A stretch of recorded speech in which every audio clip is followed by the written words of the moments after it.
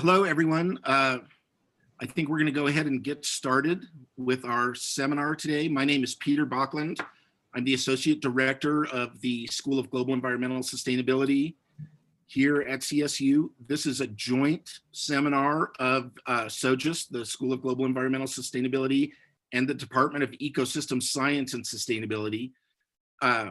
Our school and the ESS department are pretty much the leading sustainability organizations on campus when it comes to research and education.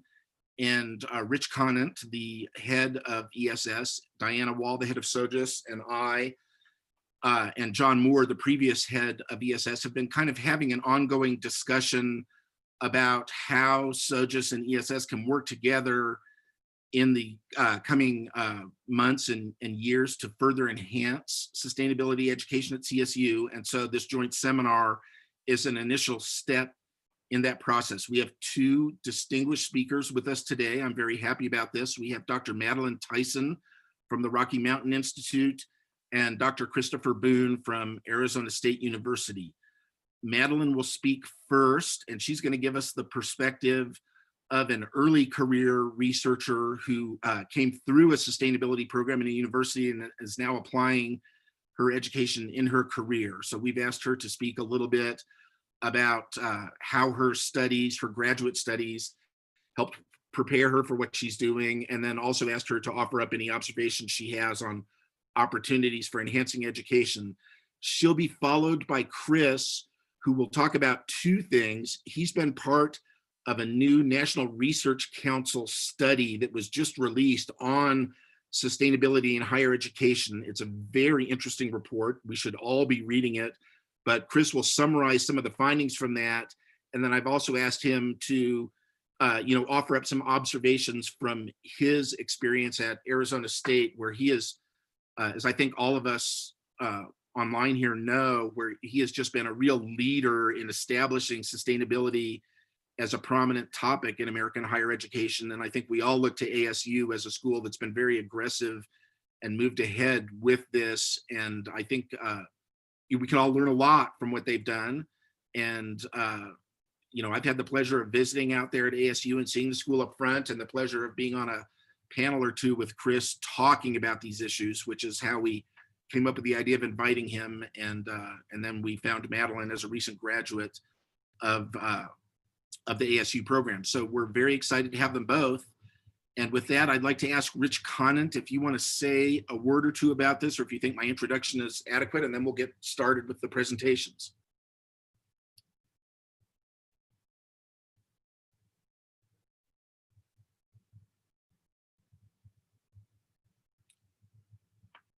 Rich, if you're trying to say anything, you're muted.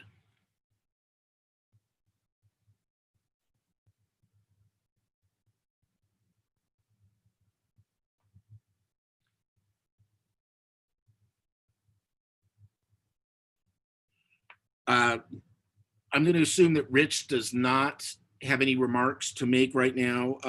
Laura Shaver, who is the coordinator of this, I've had a question already from one participant noting that his audio quality is poor, and he's wondering if there's a dial-in number. I don't know if there is one, but if there is, can you share it with me in the chat, and I'll share it with the participants. In the meantime, I think we'll ask Madeline to go ahead and offer some remarks to us. We'd like to let the speakers go ahead and present and make their remarks. The question and answer function is what we're going to use for all the Q&A. So you can't submit questions through the chat. You can submit questions through the Q&A. I, as the moderator, will read the question to the panelists and they can respond. I think the most efficient way to do this will be to hold the questions until after we hear both presentations, but I will take a brief pause after Madeline talks to just see if there's a burning question that anyone has before we jump into Chris's presentation. And so with that, Madeline, why don't you go ahead and get started and tell us about your experience in graduate school and at RMI. Thank you. Yeah, great. Thanks for having me. It's really great to hear about all the work that you guys are doing to try to think about how to further sustainability education. So yeah, I graduated with my PhD in sustainability a little over 2 years ago now, and since then I've been working at RMI. So I would hazard a guess that most of you know who RMI is, given the Colorado focus. So, but for those of you who don't, Rocky Mountain Institute was originally founded by Amory Lovins, and for probably a couple decades, it was a sort of wonky small outfit of people obsessed with energy efficiency. And within the last 10 to 15 years, it's really really mushroomed into a really fairly substantial organization. So we now have, in addition to the Boulder and Basalt offices, we have offices in New York, in DC, San Francisco, Beijing, and Delhi, and contemplating a Nigeria office. Yeah, so my role there, I'm working on the strategic engagement analysis group, which is a really ugly, boring title. But the thing that's cool about it is that for a long time, RMI has been very focused on being a nonpartisan energy transition think and do tank. And with that lens, we do a lot of like technical, economic, market-driven solutions, analysis, intervention, and support. So we do all types of different work, whether it's from helping people look at their do stakeholder engagement in their integrated resource planning for energy systems in Puerto Rico, or we have a e-lab, which is like electricity lab, which does a lot of stakeholder engagement and sort of what can we call it, like innovation thinking by bringing people together to solve complex problems that don't normally have the space to contemplate those. So a great example of a topic that people always talk about but don't ever know how to do, especially to stand up in a utility, was two-way grid charging, right? Everyone talks about, oh, maybe we'll balance the grid with electric vehicles, but utilities are sort of like, well, what? How are we going to do that, right? So it tries to bring together people to, move the needle on the conversations, and whether that's producing thought leadership that just sort of outlines what the space of an idea is, or identifies some of the challenges to a business model, tries to do innovation in that way. The recent sort of pivot, I would say, that we're making and as an institute now is not just, we are still highly focused on energy, but we're making a pivot towards really acknowledging the underlying motivator for all of us is climate, and sort of putting that on the front sheet of what we're doing and saying, like, we don't just think that energy is important, but we also believe that we can achieve a 1.5 degree future. And this is some of our rationale for why and how we can do that. So that's the main part of the group that I'm really focused on right now, is understanding and articulating those roles of why we think that the transition is not going to be linear, why there are going to be cascading changes, and the transition really can happen very quickly at the pace we need it to have a livable, healthy future. And why that is actually a future that is prosperous, beneficial, healthy, and all the rest. So, so that's a little bit of who RMI is. And so I think that my work in graduate school has been helpful in a number of ways. And I think the reason that I specifically chose and really was, really laser focused on ASU's sustainability program that Dr. Boone leads is the ability to work on a problem that was interdisciplinary in nature. And I couldn't find a place to work on it otherwise, right? I wanted to pull together the type of skills from economics, from we call institutional analysis, to understand how rules work, to have a complex systems approach to these things that went far beyond like my engineering background, right? Because that was really just what I found working in engineering after school, was like the bulk of the problems are not technical problems, right? They are really much more complex systems problems, and thinking about how to intervene in human systems is a whole different level of challenge, right? Than trying to figure out what is the next great electron carrier. Albeit I also have a huge soft spot for technology startups and have no shortage of interest there. But so many of those like societal aspects of it, they're almost a part of the solution, right? So if we're going to try to think about how we can have a livable world in the future, I wanted that type of the ability to have my graduate team that had someone from all these different disciplines who are able to help me think through this. So some of the things that to me stood out as being really important in my job every day are fundamentally systems thinking competency. I think there are very few places in the, especially, I think it's true on all of our teams. We try to figure out like what makes an intervention sort of, it's really a hypothesis. What is an intervention that is going to provide some sufficient leverage to matter for people in a way that's meaningful enough for people to give us money to try and do it, right? So RMI is a nonprofit. So, we're trying to figure out and not just to get the money, but to do it, right? Think and do tank. We're trying to try to figure out what are those things that we can do that really, really will matter, right? And it's so systems thinking is no small thing to do, whether you're trying to figure out how are we gonna flip the system on building electrification, or what does it mean to, have clean air lead our transition to resilience for islands, right? Whatever it is, this really takes a systems thinking approach. And so I would say that's fundamentally tied in with that.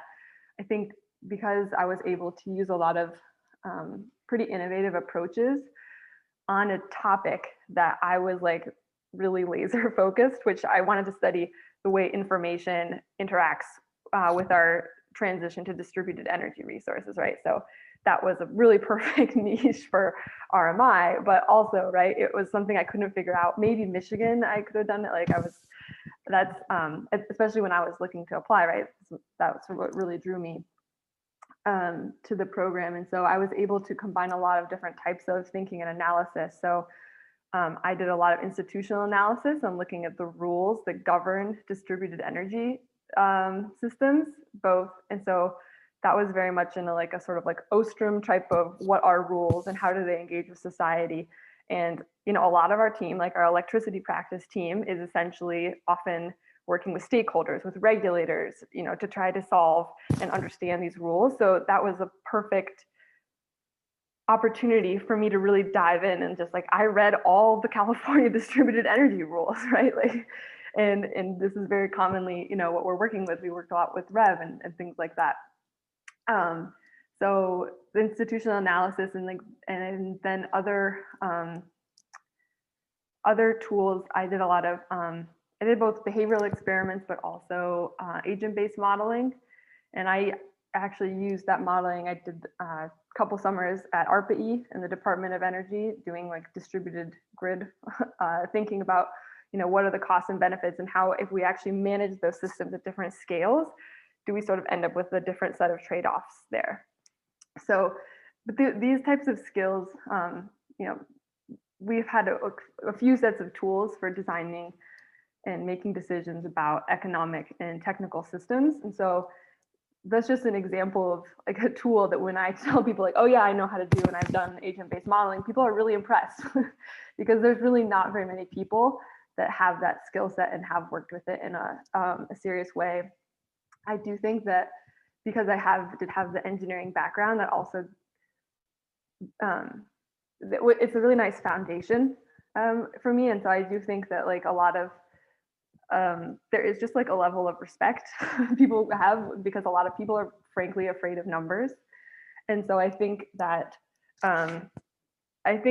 we do need to challenge ourselves, right, to get students up to the level of competency with whether it's just symbolic thinking through a problem that can be translated into something that people are often afraid of, frankly, or just to have a level of competency with those types, like the technology or the or the math side of things. Is certainly a bias I have. And so I do think that that is an important part of sustainability that I think often helps people get past, like, oh, you're just caring about the earth and you're so altruistic, right? It's like, well, actually it's hard. And actually I have some things to bring to bear that can help you get past some of those. Like I do think that often the stakeholder and the communications is the most effective part of it. Right? You can build all the models in the world, but if no one like knows or looks or knows how to engage with them, it sort of doesn't matter. So I do think that the quantitative part is helpful. And I think it gives us often a level of credibility to stand on. But I do end up thinking that the systems thinking, the stakeholder engagement, and the ability to have really like embedded learning on the topics that I was passionate and wanted to work on after I left graduate school were, to me, the three keys. So just to repeat those, my three keys for sustainability education were systems thinking, stakeholder engagement, and embedded learning on the specific subject matter. And I think that's about 10 minutes. So hopefully I covered the main topics there. Thanks for having me. So everyone, I know, Madeline, I know everyone wants to clap right now. That was very interesting, and I found it very thought-provoking. So here's certainly from me and Chris that you can see. I guess I'm going to take the prerogative of the chair and ask you one quick question now, which is based on what you said there. Do you think of yourself now as a sustainability scientist, as kind of distinct from where you were before you went through this educational experience that emphasized the three elements that you talked about? Yeah, I think scientist is a hard word for people to wrap their mind around. Because I think what we commonly do with the term scientist is we assume that means there is a cure for something, but a lot of times it's just like we need to learn how to be healthier in general. So I do think that there is a science, but I do think that sustainability is unique in that it is sort of a normative science.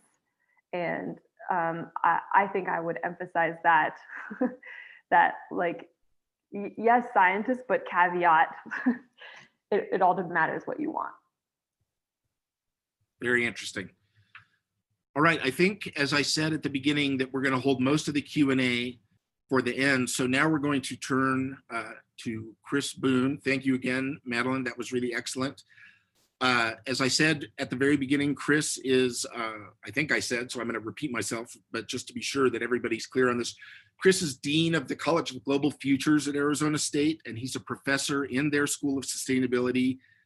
I'm not going to try and list his many accomplishments, which are truly impressive, but he's done a lot of work on kind of the urban aspects of sustainability and also on environmental justice and a lot of integrative kind of socio-ecological research. So he's a real leader in our field, and we're very pleased that he could carve out the time to talk with us. And Chris, with that, I'm going to turn it over to you and let you talk both about the NRC report and about any illustrative examples from ASU that you would like to give, and any advice you want to just offer up to us at any point. So with that, thank you.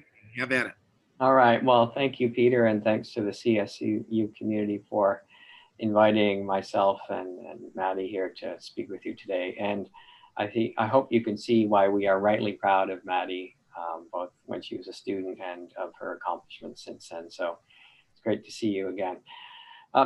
So as Peter mentioned, I want to talk about two things. I'm going to focus primarily on the National Academies report, which was just released about a week and a half ago, maybe 2 weeks ago. These processes, like everything else that we do, are the result of a lot of hard work, an incredible amount of input from a really broad community. But before I get into the report, I'd just like to give you a bit of context about how it got started. And I am proud to say that I was part of the impetus for getting this going. And the reason that's the case is, as many of you know, sustainability programs 15 years ago were few and far between. So when we created the School of Sustainability at ASU, it was a very lonely club. I think there was a couple of small programs in New England. I don't know where Colorado was at that point, but it wasn't on the landscape, the educational landscape. But within a few years, there was about 40 programs. This is according to a census by the National Council on Science and the Environment. And then a few years later, there was 140, and then there was 500. And now if you go to the ASHE website, and ASHE, I think most are familiar with that organization, there are 2,400 programs that have self-selected and said that they're doing some kind of work in sustainability education. So there's been an absolute explosion of programs. And I've been following CSU's efforts in this as well, partly through our connection through Osvaldo Sala, who is an alumnus of Colorado State and is now on our faculty here at the School of Sustainability.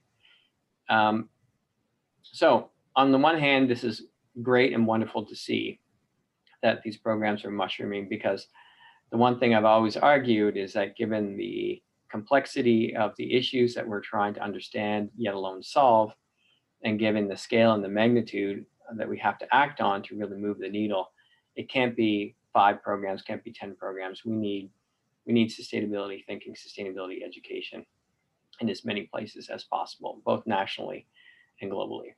Now, having said that, when I started looking at some of the other programs that were self-identifying as sustainability, in many cases, I didn't see serious consideration of what the word meant. In other words, I think the label was getting slapped onto existing programs without what I thought was careful thought about what is core to sustainability. So I was asked to go out to the University of Texas, this is about 3 years ago, to assess their bachelor's in sustainability. And it was hosted by the Mitchell Foundation. If any of you know the Mitchell Foundation, you know that they are responsible for funding the Club of Rome, later funding our common journey through the National Academies, and then later endowing the National Academies of Science, Engineering, and Medicine with a sustainability roundtable. So they've been longtime, George and Cynthia have been longtime supporters of sustainability efforts. And I was talking with their sustainability lead, and we were talking about what we could do next. And my thought at the time was precisely what I just described to you, is could we start to pull together a sense of what is the thinking around how we can build and strengthen sustainability programs? Is there a coherence that we could start to shape and identify? And it was for 2 reasons. One was the one I just described, so making sure that sustainability didn't become meaningless. And that was a real concern to me, that if we didn't seriously engage with sustainability concepts and opened up new programs, it might undermine the legitimacy of sustainability. But the second was to think about ways that we could help promote and support sustainability programs at new universities that were curious about sustainability. It's on their radar, they know it's important, but are not quite sure how to get started. And secondly, they were looking for some kind of assurance, in this case through the National Academies, that sustainability was an emerging, important, and legitimate field in higher education. So that's the background and the context for this study. So with that, I'm going to switch over to some slides and just briefly talk about the main recommendations. So let me give that a try now. All right.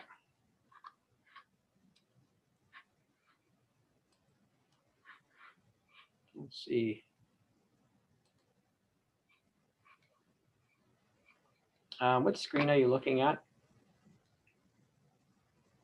Peter, can you help me out here? Yeah, it's the expert committee. Okay, are you seeing the main screen or my notes view? Same with notes view. The notes view. That always happens.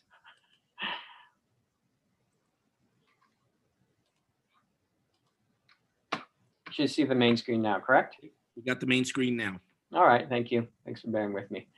Well, let me start off with the committee members themselves. So we had 6 of us on the committee. Ann Kapuscinski was the chair. She was formerly at Dartmouth, also a really important leader in sustainability education. She moved to UC Santa Cruz a few years ago to start up their Coastal Science and Policy Program. Arun Agrawal, who's a professor of natural resources and environment. Actually, I think he's changed the way he describes himself. He describes himself as a professor of sustainability and development at the University of Michigan. He's also a National Academy member and has been since 2018. Garrick Louis, who is an associate professor of engineering at the University of Vermont. Myself, Erin Bromajim, who is with the City of Los Angeles Mayor's Office. She has a number of responsibilities under the sustainability umbrella, including the very particular one on directing the Olympic and Paralympic preparation. And in part of that includes making it the most sustainable Olympic Games ever. And then Dorceta Taylor, who was at the University of Michigan and just recently moved to Yale School of the Environment. Notice that they changed their name, dropped forestry. That was a big deal for Yale to do that. She's there as a professor of environmental justice. So this is a great team. And we were together for 2 years, so we got to know each other really, really well. And each individual brought extraordinary expertise to the table. So what we did in terms of process is we held a series of workshops starting in Austin, Texas. We were hosted by the Mitchell Foundation there. Later in Washington, D.C. at the NAS headquarters, and then later in Santa Cruz, which is home to Anne's UC Santa Cruz outfit. And at these workshops, we invited individuals, but of course they're open at the same time. These are public workshops. So we invited individuals who had expertise in sustainability education, so people from universities and colleges, including community colleges. But we also invited who we called end users. So people like Maddie, who would ultimately be someone who would be employing a student who went through a sustainability program to get their insights as well on things that they thought were necessary to strengthen sustainability education. We had a great staff at NAS who helped with research. We did a lot of that ourselves as well, but also with data collection.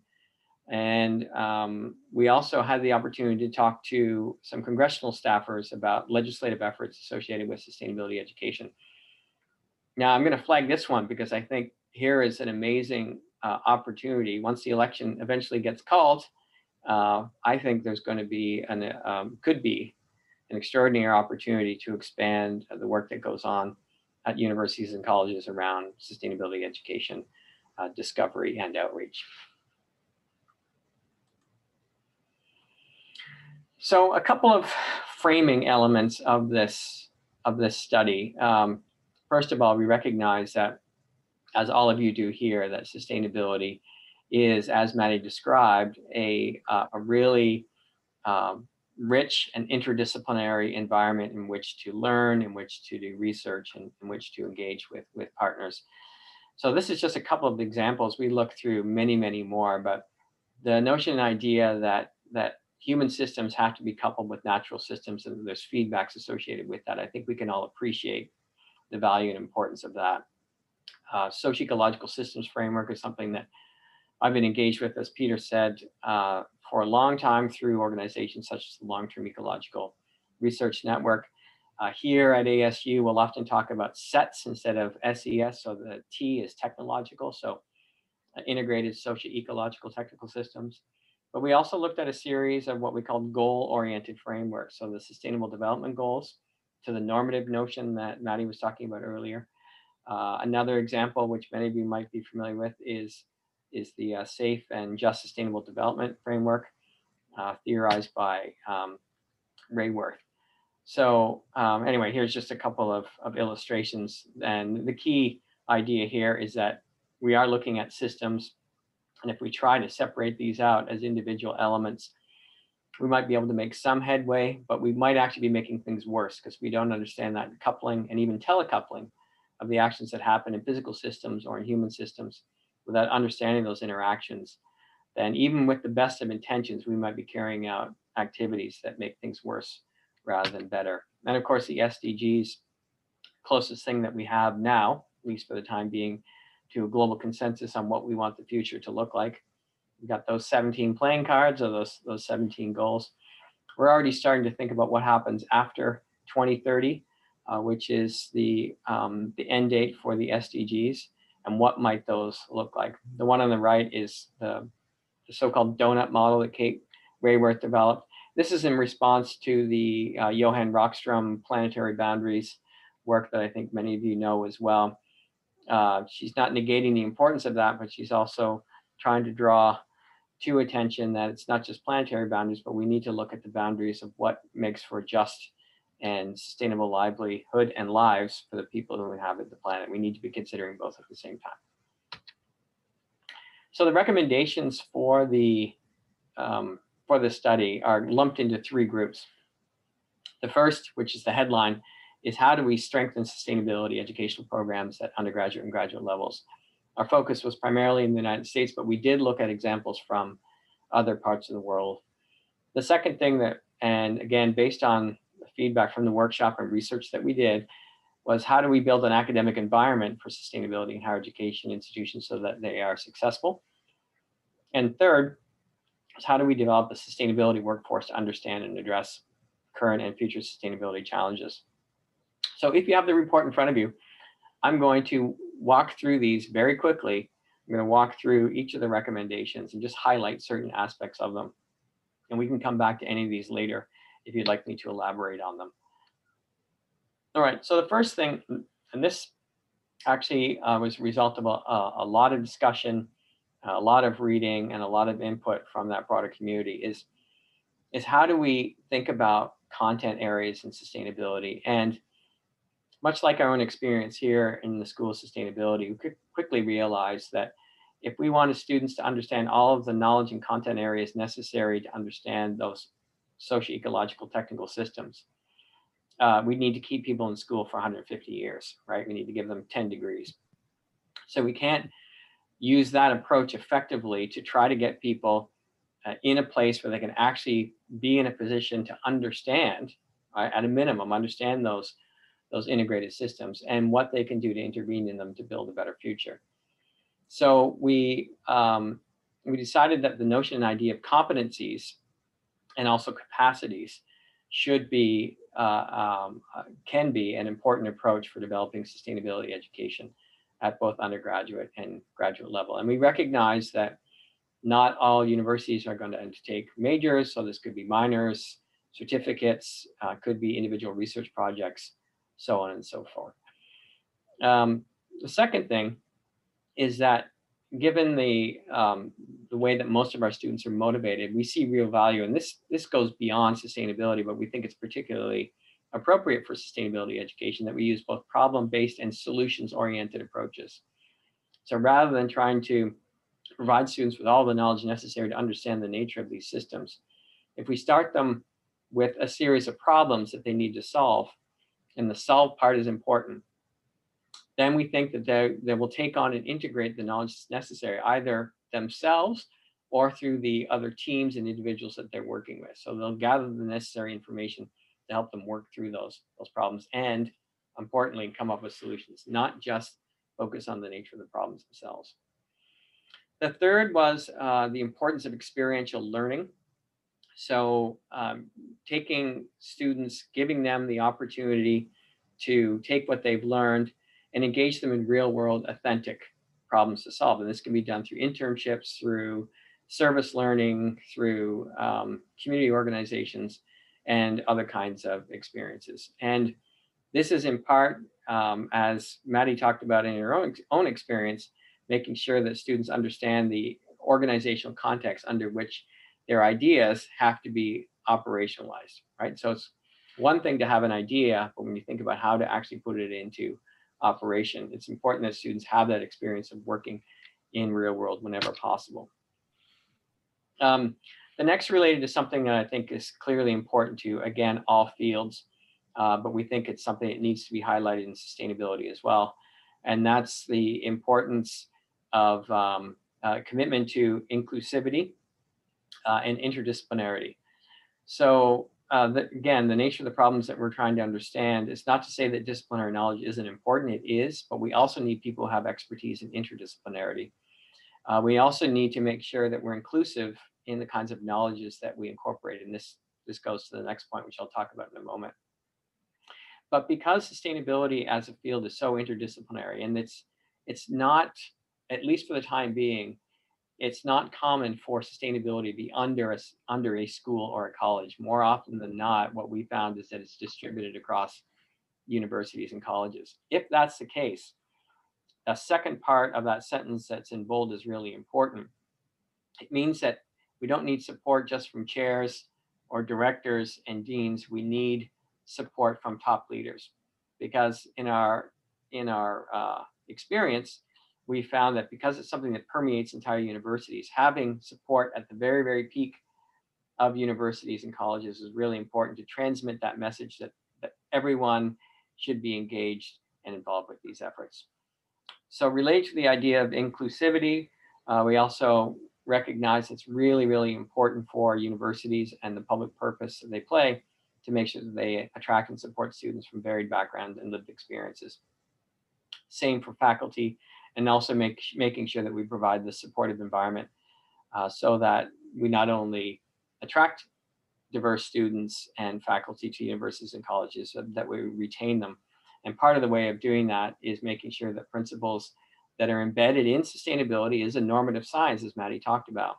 Those ideas of equity, inclusion, justice, and diversity are fundamental to our understanding of what sustainability is and should be. Also Indigenous knowledge, also very important.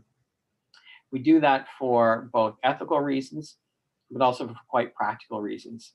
Because if we exclude important knowledge sets from our understanding of our relationship with the planet, we might be missing out some really, really important insights that won't help us move forward towards the success that we're looking for. So I mentioned we talked to some congressional staffers, and that is because in 2008, the Higher Education Act of 1965 was amended to create something called the Higher Education for Sustainability Act, or something like that. Those words are in there somewhere. And that was actually appropriated some funds, I think, for about a year and a half, and then it kind of died. In 2019, Senator Whitehouse, one of the senators from Rhode Island, reintroduced a bill to reappropriate funds into that act. It looked like it was DOA, but again, back to the discussion of the current political landscape, it is possible that under new administration, that sustainability education will be receiving more attention. And if that occurs, then we have this mechanism in place that in the past was primarily focused on EPA, but now so many federal agencies are engaged in sustainability work that we think that there's an opportunity to engage multiple agencies through that act to help fund and support sustainability education at institutions of higher education. So in other words, watch this space. The last thing that we did was, or two more things, I'm sorry. One was to identify what we thought were research gaps. So we did a lot of research behind this report, and we identified 4 things that we thought would be important for the community in higher education to help us with, in essence. So this is a call for help. These are things that we don't know the answer to, and we could really use your insights and expertise. One, the first one, the effectiveness of sustainability curricula for achieving program level goals and contributing positively to communities of practice, along with impacts on activities within higher education institutions overall. So universities, as we know, are really good about standing up programs. We're not always the greatest about assessing the effectiveness of them, in part because it's hard to do. Measuring impact is really, really difficult. But I think especially for new fields, relatively new fields like sustainability, we need to put the effort into really trying to understand and evaluate how effective these programs are. The second is the marketplace for sustainability jobs and pathways for students to secure those opportunities. The Bureau of Labor Statistics about 8 or 9 years ago in a report noted that sustainability jobs with sustainability in the title seemed to be growing, but they didn't have the resources to collect information on that specific category. We have been collecting information on our alumni here at ASU and what they're doing, so we're able to track that. A couple other programs across the country that are doing it, but that's about it to our knowledge. So if we want to make the case to leaders of higher education that this is an important career pathway, again, we need to evaluate how effective we are in placing students in positions related to sustainability. Number 3 is the notion idea of competencies and content areas. What we didn't know and what we would like to know is whether or not there's a converging sense of what those key content areas are and what those core competencies are. If they're diverging, so are they expanding or are they evolving in other ways?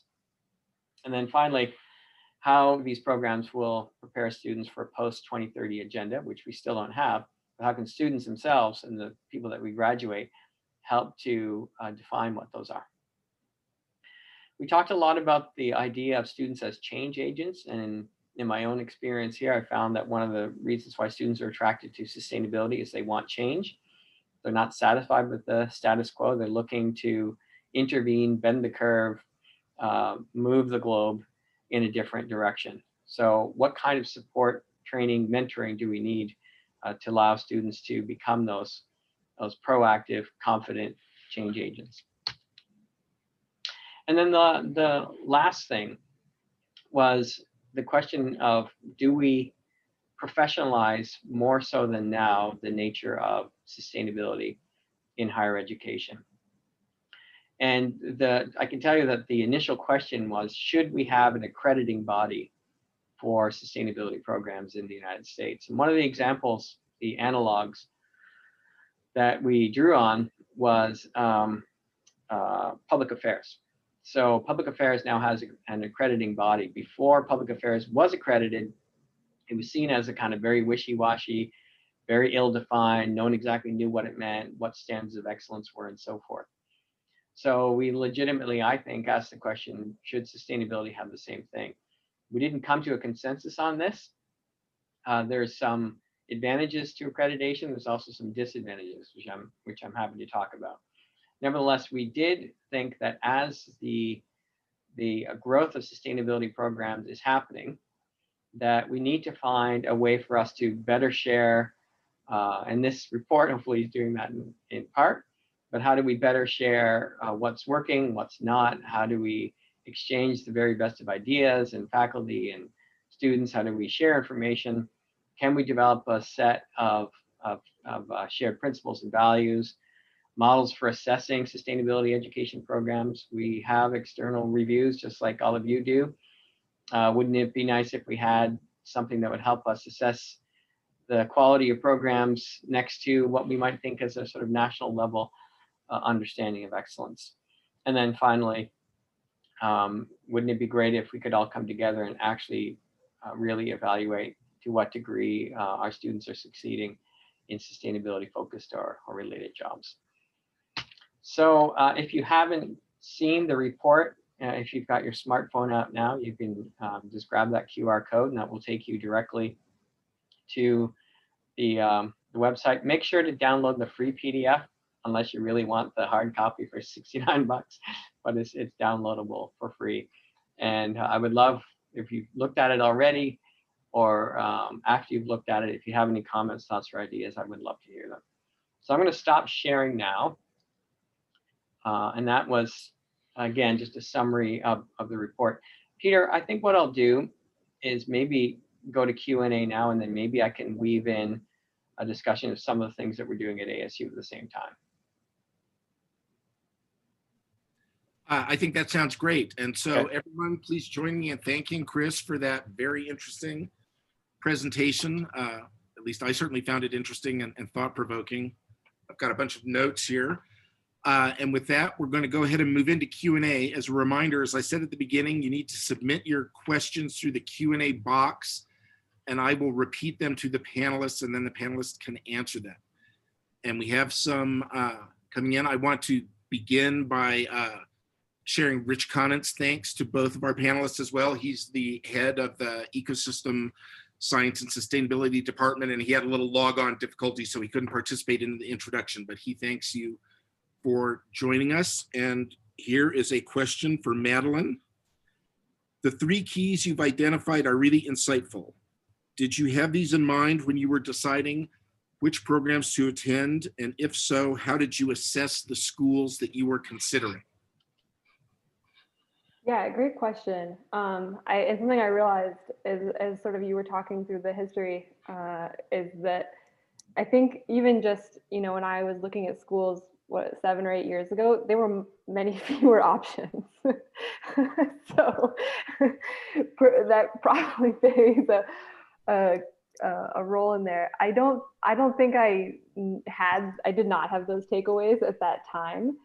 I think for me, in considering the school, I, was obviously looking for specific faculty that I thought were, really cool and that, would be a good people to work with. And I know that everyone has a different experience with how they come to graduate school. I really was very focused on like a specific topic that I really wanted to be able to solve from an interdisciplinary lens. And at that time, there were not very many options for where I could do that. So I have to plead ignorance on my lack of continual knowledge of the field that's probably suffered over time. But yeah, so I don't think I had a good sense of those takeaways then, which does pose a hard challenge for how do you communicate the value of those things to people broadly. I think maybe a part of it that's more generalizable and helpful is just like, these are keys for trying to solve frustrating problems.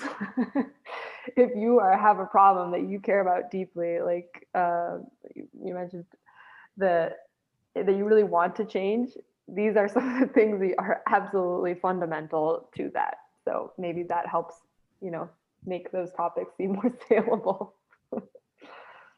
Excellent. Okay, we're having quite a few questions coming in, so this is exciting.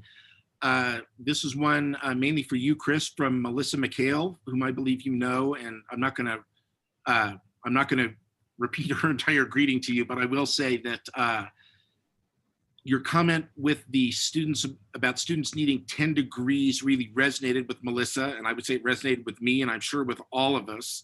And so her question is, the same goes for classes. She hears that a lot of the classes need to include social, environmental, and economic sustainability, but does not think that we should have to address everything in every class. So how do you deal with the challenge, this particular challenge of sustainability education, which is this incredible breadth, which manifests in every sustainability question? What's the approach for the suggested approach for dealing with that? Yeah, thanks. And hi, Melissa. I'm glad you're here. I didn't see the list of participants. I was hoping you would be on. So nice to know that you're here, even if I can't see you. So the strategies are different for undergraduate versus graduate degrees in sustainability. So in the case of Maddie, she came with an engineering degree. We get a lot of applications from engineers, I think, because they think in systems terms. That's my theory anyway. But they come with a very deep knowledge of a particular knowledge domain and particular methods and so forth. And that's not to say it's any easier, because then you have engineers in classes with humanists. So we've had people with religious studies backgrounds who are in our graduate programs. We have people who are ecologists. We have people who are sociologists. We have people with business backgrounds. I mean, you name it, right? And so it's kind of like a university. It's like a mini university. How do you bring all those people together and draw out the best talents, knowledge, understandings that they have, and then deliver something in such a way that allows them to both expand their ability to think across the core competencies that we've defined as fundamental to our programs, but also bring to bear what the expertise that they have. Now, with the undergraduates, they're coming in with, they may have specialized a little bit in high school, but probably not. For the most part, they're coming in with a basic set of understandings across, math, social sciences, history, so on and so forth. And the way that we've developed the undergraduate program is around that idea of core competencies. So to Melissa's point, we can't have all of our students do 10 different degrees. But with the core competencies, I'll just run through them quickly. The first one is systems thinking. So we think that's fundamental.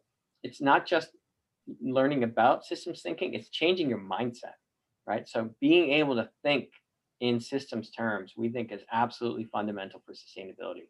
You can't just think about human concerns or ecological concerns. You always need to integrate them. Not easy, but it's a way of thinking. The second is what we call future thinking or anticipatory thinking. So we want our students to be able to envision futures and future states. And this is done in a variety of different ways. It can be done through modeling. It could be done through scenario planning. It can be done through science fiction. I mean, there's all kinds of really interesting ways. But again, it's a mindset. It comes down to the idea that we want our students to not have to accept the status quo, but to imagine a different and better future, which leads to the third competency, which is the normative competency. That has multiple meanings. One is the notion idea of what should the future look like. So have the courage to think about what the future could be, what we want it to be. But it's also embedded in that is the notion idea that we all bring value systems to the table. We need to be empathetic about those value systems. We need to think about ways that we can overcome differences in value systems. And in a third way, it's based on the idea that there's some key principles that we think are fundamental to sustainability. And one is the sense of fairness or justice, both intergenerational and intergenerational. So if we can think about this better future together. The fourth is strategic. So what kind of strategies do we need to employ? Are they economic principles? Is it a blend with policy? Is it technology done in different ways? Is it behavior change? Is it literature? Is it art? And then the last one is what we call the interpersonal or collaborative competency. And this one's really important. And it gets back to we can't have students earning 10 degrees. What we need to do is build the ability of students to be able to work effectively, really effectively with stakeholders, multiple stakeholders, and in teams to help accomplish what, if we can build that common notion of what our future should be, or at least elements of it, what strategies do we use to get there?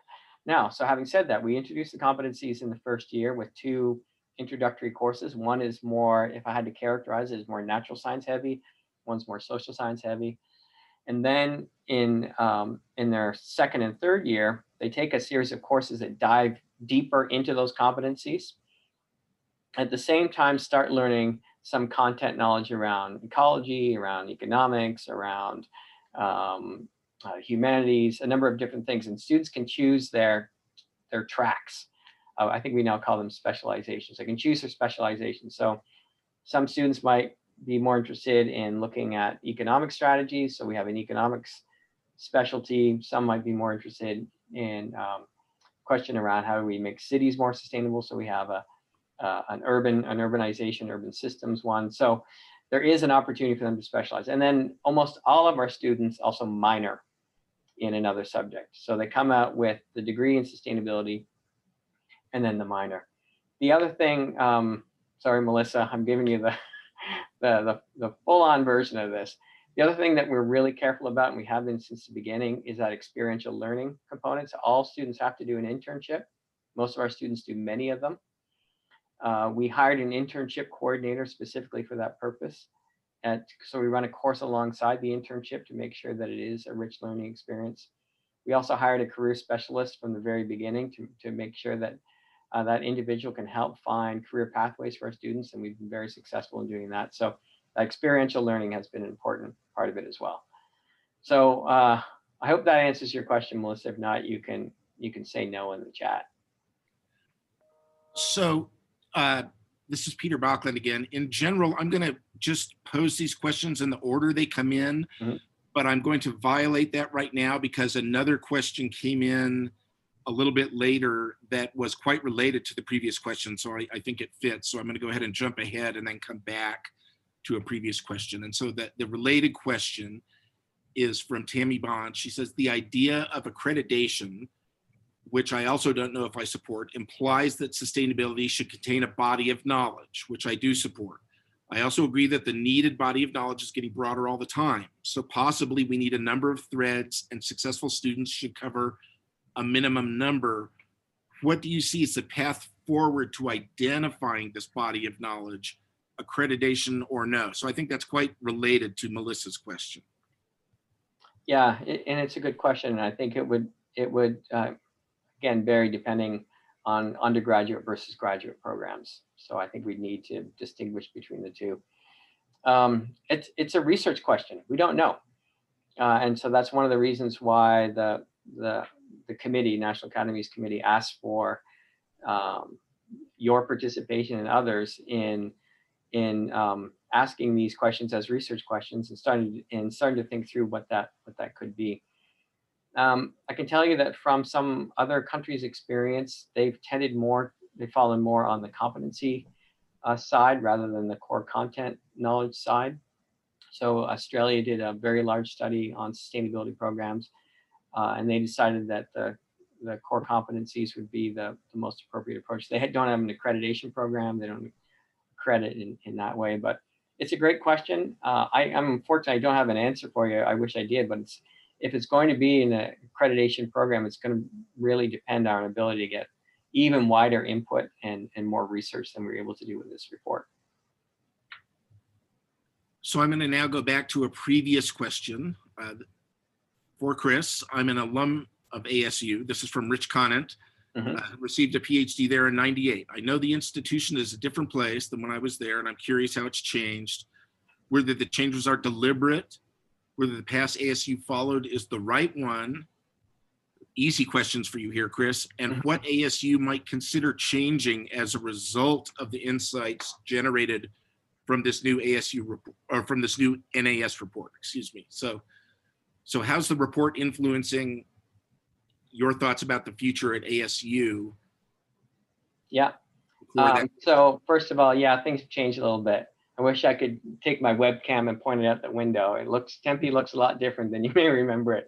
Looks like a little Manhattan now. There's tall buildings up everywhere. And that's in part based on the growth of the institution. And that is based, as you know, on the ASU charter, which measures its excellence, not by who it excludes, but by whom it includes and how they succeed. So what happened at ASU was very deliberate. It was by design. It wasn't by accident. And that notion and idea of having strong leadership, that was key to the success of sustainability at ASU. It was Michael Crow, as current president, came from Columbia, where he founded the Earth Institute. He made sustainability one of the core operating principles of what he envisioned was necessary for what he calls a new American university. So certainly by design. So to your question of what has the report made me think about our own programs?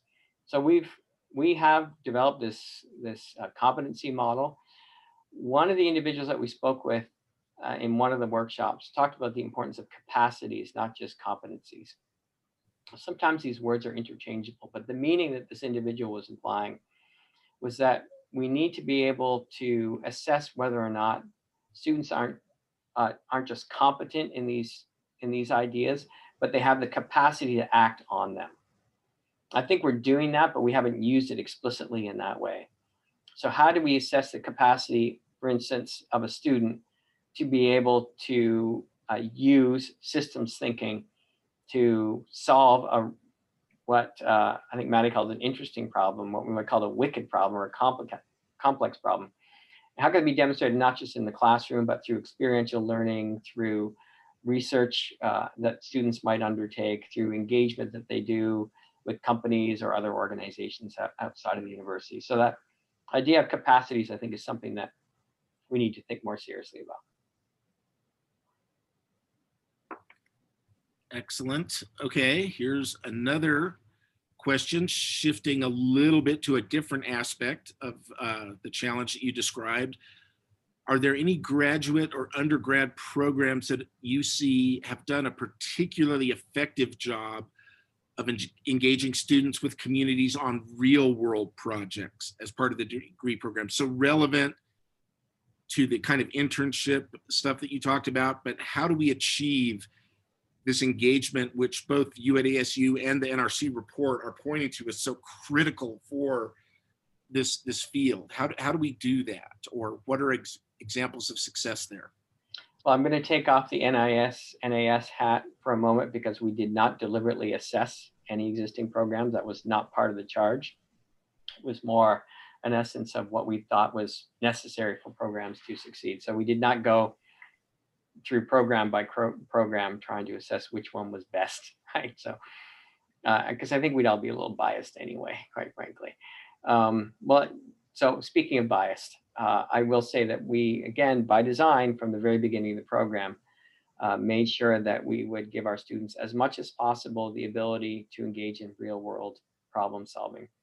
That doesn't always mean sending students out to internships. Sometimes that's not even possible for students, depending on their family circumstances. So in some cases, we have to bring the world in. Let me give you one example of a program that I think has been incredibly successful. And I can point you to the website as well. It's called Project Cities. It's part of the EPIC N network. This is actually something that was started at the University of Oregon years ago.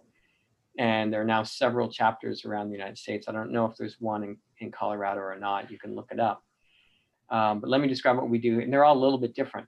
The one here at ASU, we have something embedded within the institute that's associated with the school called the Sustainable Cities Network. Initially started as kind of a ragtag group of people here in the greater Phoenix area who were somehow in one way or another, even if it wasn't part of their title, responsible for sustainability efforts. And it was kind of an best practices therapy group or whatever you want to call it. And it quickly evolved into something more formal. And so now it's something that engages cities across the state and also tribal governments in Arizona, which is really important. So Project Cities, what it does is it actually every year puts out a bid for cities, and these are usually smaller cities that don't have the professional sustainability staff, to bid to become part of Project Cities. And what happens is that the city identifies a series of issues, challenges, opportunities. And what we do on this side through the Sustainable Cities Network is we match those up with classes at ASU where we're not asking people to create new classes. So the classes are the same, learning outcomes are the same, but they take this on as a case. So there might be a communications class that runs as a regular communications class, but it might be taking one aspect of what this community is looking for. So giving a concrete example, Apache Junction in the East Valley, about 25 miles from here to the east, they're trying to improve the image. One of the things that they worried about was the image of Apache Junction. And so they wanted to create a new marketing campaign. So there was a class in the business school and a class in the communication school that took this on. So what happens is that the students get to meet often the mayor, they get to meet people on the council, they get to meet the city manager, and sometimes community members who present the problem. And then they work through that with the staff over the course of the semester, and they produce a set of recommendations, and they present those back to the mayor, to the council, and sometimes to the larger community. They produce reports, and the work that they've done is actually really, really good. And it costs a heck of a lot less than hiring a McKinsey or a Deloitte. So we're typically asking, when we started, I think it was $2,500 from the city. Now we're up to about $10,000 for the cities. That's a bargain. The other benefit that we didn't even think about, which I think has been a huge motivator for cities, is it helps them identify talent. So a number of students who are working on these projects are now working for these municipalities. And for a lot of students who thought they would never, ever, ever work for government, once they saw the interesting work that happens at the local level, decided this was a career path for them as well. So this is an example of some real world learning experiences. It's not a heavy lift. People actually pay you for it. And it's been a great experience for students. I'll give you one other example at the University of Michigan. Dorceta Taylor, when she was there, ran the Doris Duke Conservation Corps. It's a national program, but it's especially targeted at diverse students and giving them an opportunity to engage in community-based work in rural and in urban settings. And it's had remarkable outcomes in terms of retention, especially for minority and diverse students at universities. So here's another interesting question, I think, for both panelists. You both kind of characterized the importance of using sustainability education to create change agents. And Chris, you mentioned how students are motivated into this field of study by their desire for change. So given that, why not create a longitudinal study to track student experience and the experience of graduates over several decades in order not to merely determine their personal success and professional achievement, in other words, what happened to them, but also to track what the questioner is terming value evolution and perceptions of change impact from their training and placement. So I take this to mean both how did the education affect the students, and then how are the students actually impacting the sustainability challenge on their own, and would a longitudinal study perhaps be a good way of addressing that issue? And it'd be great if you both could offer up a thought on this. I'll let Maddie go first, and then I'll tell you what we're trying to do. Well, it's kind of funny because I was actually gonna chat you, Chris, that there is a study that comes out to all the graduates every year, and my feedback for the SOS group is it's way too long. It's like 40 pages. So if you're designing this longitudinal study, Yeah, keep that in mind. But sorry, Sure. this wasn't a joke. But I mean, I think it would be great. I think there are obviously a lot of challenges with longitudinal studies. Like they are really great, but there are a lot of challenges. So whether it's keeping track of people for 40 years or getting them to respond, like I just hinted at, or, you know, the fact that a lot of the challenges that really drive people to action right now are really imminent crises, and they may not be relevant on the timescales that you're looking to observe a longitudinal study for. So I think it sounds like a great idea, albeit a very challenging one. Yeah, and so I agree with you, Maddie. I think the survey that goes out to all the alumni is way too long. So we're now actually talking about doing maybe a big one every 5 years and then a shorter one annually. So we're trying to track what happens to alumni as one measure of impact. And it's hard to do. It takes a lot of resources. It's hard to do for the alumni. It's also hard to staff it. So when I talk to other programs, most are not. Even here at ASU, most programs are not tracking alumni. It's just too much work. Now, having said that, how can we measure impact? There's lots of ways to do that. So you can do it in a systematic way by doing, setting up a true panel study, a true longitudinal study. But the other way that we found to be effective is through stories and narratives. So getting in contact with alumni, seeing what's up with them, and having them tell their story. So I think this just provides a lot more texture and richness than coming up with a series of, what sort of very basic questions. And so now we have this whole repository. We haven't analyzed it in any way, but we have this whole repository of stories that have been told by alumni about what they've done in their careers and how they've changed. So we've got some fodder there, but again, having the resources to do it, it's important. I get it, but having the resources to dedicate to that is the tricky issue.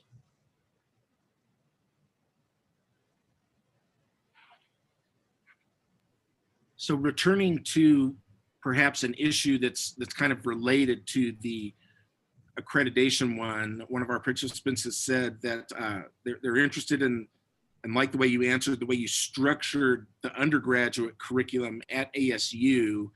And the question is, how does a similar agreement, how does something like that become more or less brokered nationally so that we don't dilute the meaning of sustainability? I would note this is something I really resonated, Chris, when you talked about kind of thinking about the definition of a sustainability. That's something we found within our school, that if you pose that question, you can trigger, a 4 to 6 hour debate around the meaning of the word with quite different perspectives. And so, given those kind of complexities, what about the national meaning of sustainability and sustainability education and accreditation? Well, I'll just say quickly and then hand it over to Maddie if she'd like to respond. But there's a Delphi study that was just conducted by people at 3 universities, but they brought in expertise from both national and international experts. That paper just came out in Sustainability. I think it's Sustainability. Yeah, I can share that link later. And again, they landed on the notion idea of core competencies, but they expanded them a little bit. I don't want to get this wrong, but the one that stands out to me was that they thought it was important for students to be more self-aware. Now it's kind of built into our normative competency, that the understanding of value systems and why they're important, how they motivate behavior. That notion of self-awareness and how individuals fit into larger contexts. We thought that there was an opportunity to embed that more in sustainability education. But anyway, but almost all the other ones landed on competencies are basically like the 5 I've just described. So, and there's been other programs like South Florida, they use the exact same competency model. So it seems to be gelling in that way, but we'll see whether or not it fits. And that was obviously the reason for that research question is there convergence? Is there divergence? Or is it evolving in some other way that we need to be aware of? Maddie? Yeah, I think it is a really great and hard question. I know that, when I started at ASU, which was, I think, the 10th year of the school's existence, I already had a huge debt of gratitude to, Chris Boone and others for having a lot of those arduous conversations, but they were by no means finished, right? And I'm sure they continue. And I also think it's really hard, but super important, because the worst thing that happens to this topic is it becomes greenwashed. In my opinion, I think that would really be a detriment to anyone who cares about it. I do think that we are in a moment of a national, probably international conversation about the meaning of truth and facts. And so I think I don't have a solution here, but I do think that we need to consider the moment in having this conversation. And my guess is that, framed appropriately, that this conversation about norms is very additive towards having a conversation with people that you may not always agree with. Interesting. Okay, here's another question. I think, Chris, this is a little more directed at you, and maybe a little more directed at you with your dean hat on than with your study participant hat on. And it's, how do your faculty specialties break out? Ecologists, economists, engineers, education specialists. And related to that question, for the career and internship leadership and positions in that, are those add-on, other duties as assigned for faculty, or are those specific? So this is kind of a workforce question for a sustainability school. And maybe another twist on that would be, I'm sure we'd all like to know, how do your faculties break out, but maybe even more interesting would be if you were a dean tasked with just creating the faculty, what kind of, when you make your first list of the type of people you need, what are the type of people, what type of researchers and educators are on that list? Oh, that would be fun. I wish I could do that. That would be like a good parlor game, right? We should all come up with our dream team, right? And what we'd want. Quickly on the career specialist position, that's a staff position. That's not a faculty position. So again, we made that extra investment. The university has career services available centrally, but because we're a new school in a new field, we thought that we needed dedicated resources on it, because the last thing we wanted to do was have students graduate and then complain to the parents that they can't get a job, right? Now, our timing was actually really good, because when we started graduating students, that's when sustainability started getting picked up, especially in the private sector. So our students didn't have any problems finding positions. So the employment data actually looks really, really good. And lots of universities have used that also as a justification for setting up their own programs. To the distribution of faculty, yeah, so we built this up over time. A couple things on the history of the school. So things at ASU move quickly. Let me just put it that way. So this new college that I'm part of, it was announced in December and it launched in July. And that's just kind of how our president works. He doesn't want the perfection to be the enemy of moving forward. So, so we're constantly improving, I would say, continuously improving the structures. But with the school sustainability, so we were told to create this school, and there's reasons for it that I could get into that are actually pretty fascinating if someone wants to buy me a beer sometime. or something else. You may regret that.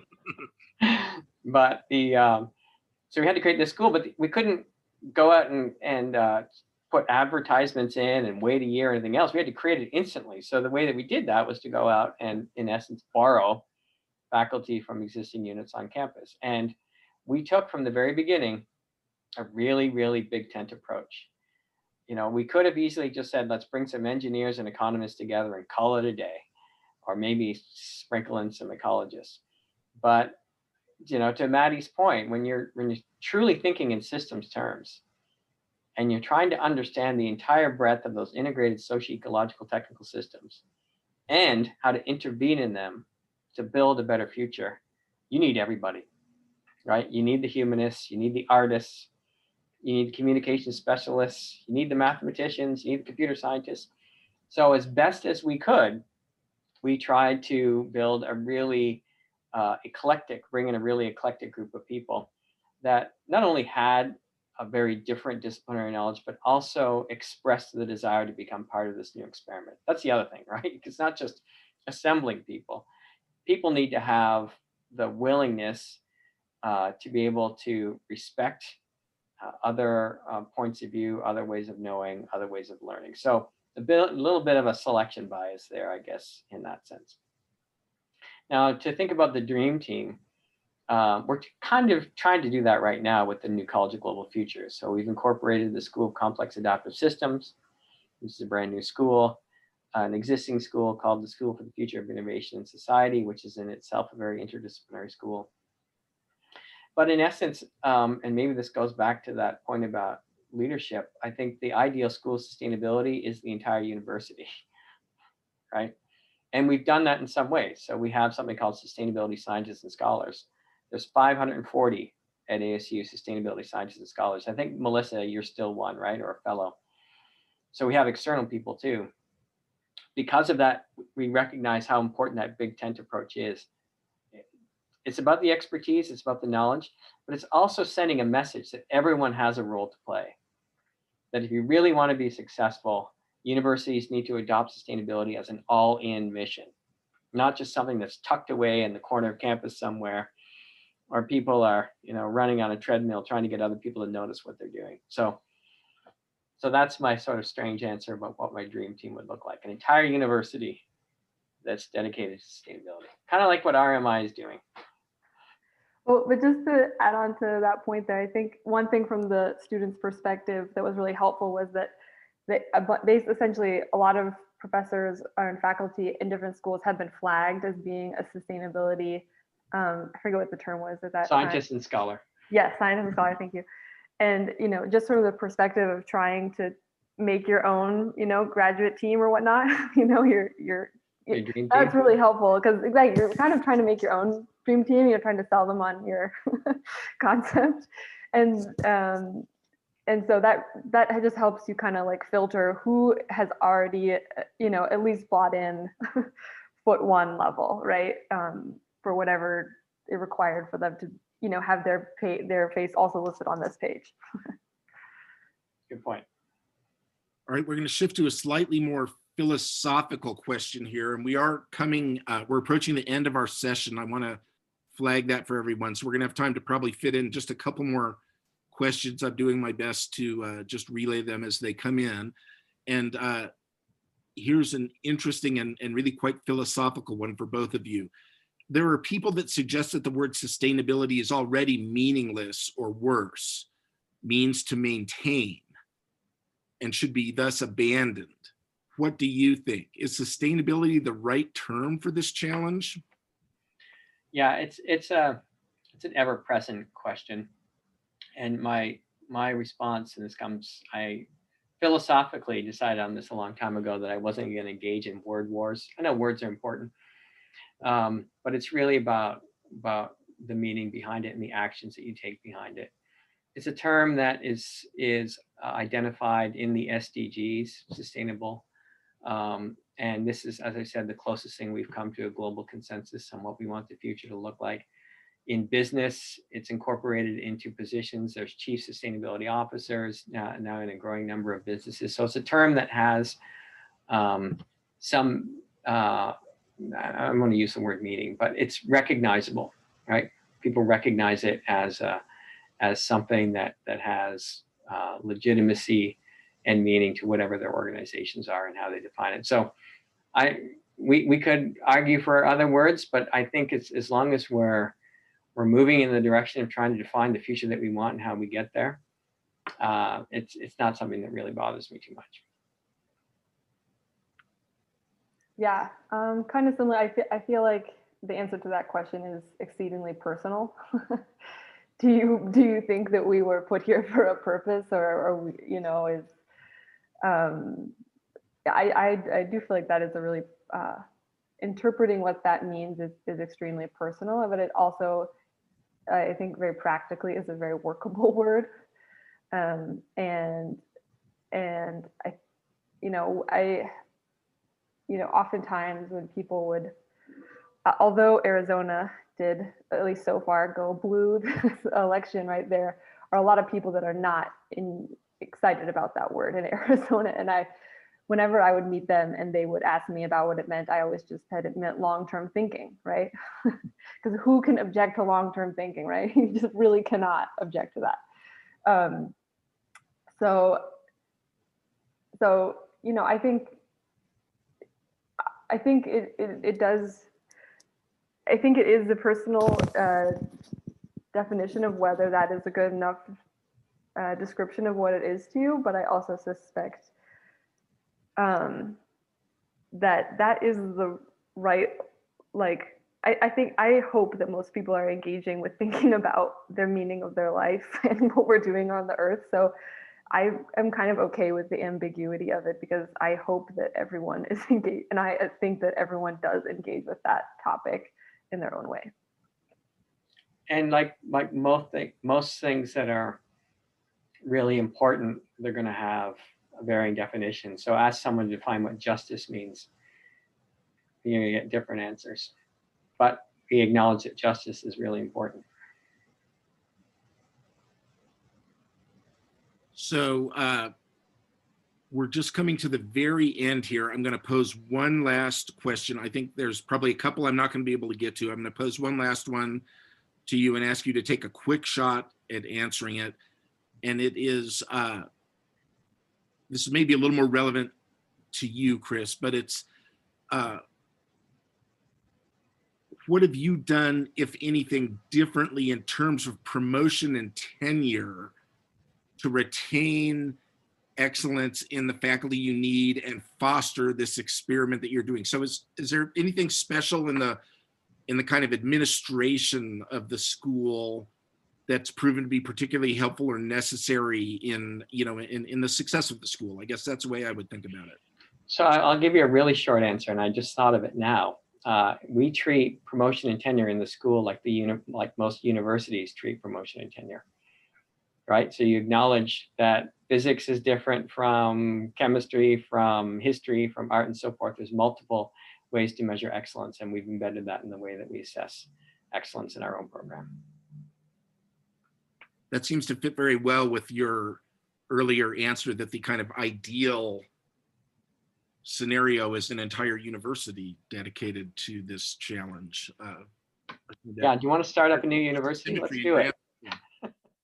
I very much like that. Well, I have 2:27 on my clock. I know Chris has a hard cutoff at 2:30, so I think we should call this to a close.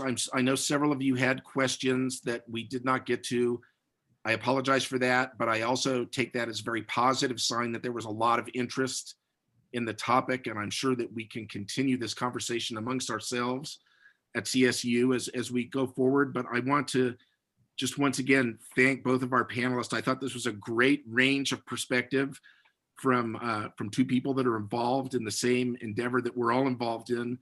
And so, Chris and Maddie, I just want to thank you for taking the time to spend with us today and share some of your lessons, and look forward to continuing to interact with you both in the future. I'm sure we all do. So everyone join me please in thanking the panelists. I'm not as good at Ken. We had a big event recently with Ken Salazar where he had people all around the country clapping on Zoom. Yeah. I'm not quite sure how he got to do it so well, and I don't have that skill, but I assure you that all of us are deeply, deeply grateful for taking your time and talking to us today. So thank you very much. And can I just say to everyone at CSU, please let me know how I can help your university and organizations that you work with to promote and support sustainability education. It's really important to me personally and professionally. So I'm always willing to assist in any way. Very much appreciate that. Okay. Maddie, great to see you. Yeah, great to see you too. And thanks everyone for having me. Appreciate it. Okay, with that, I think we'll call this to a close. Thank you to all the participants as well and to the panelists. Thank you. Goodbye. Bye, folks.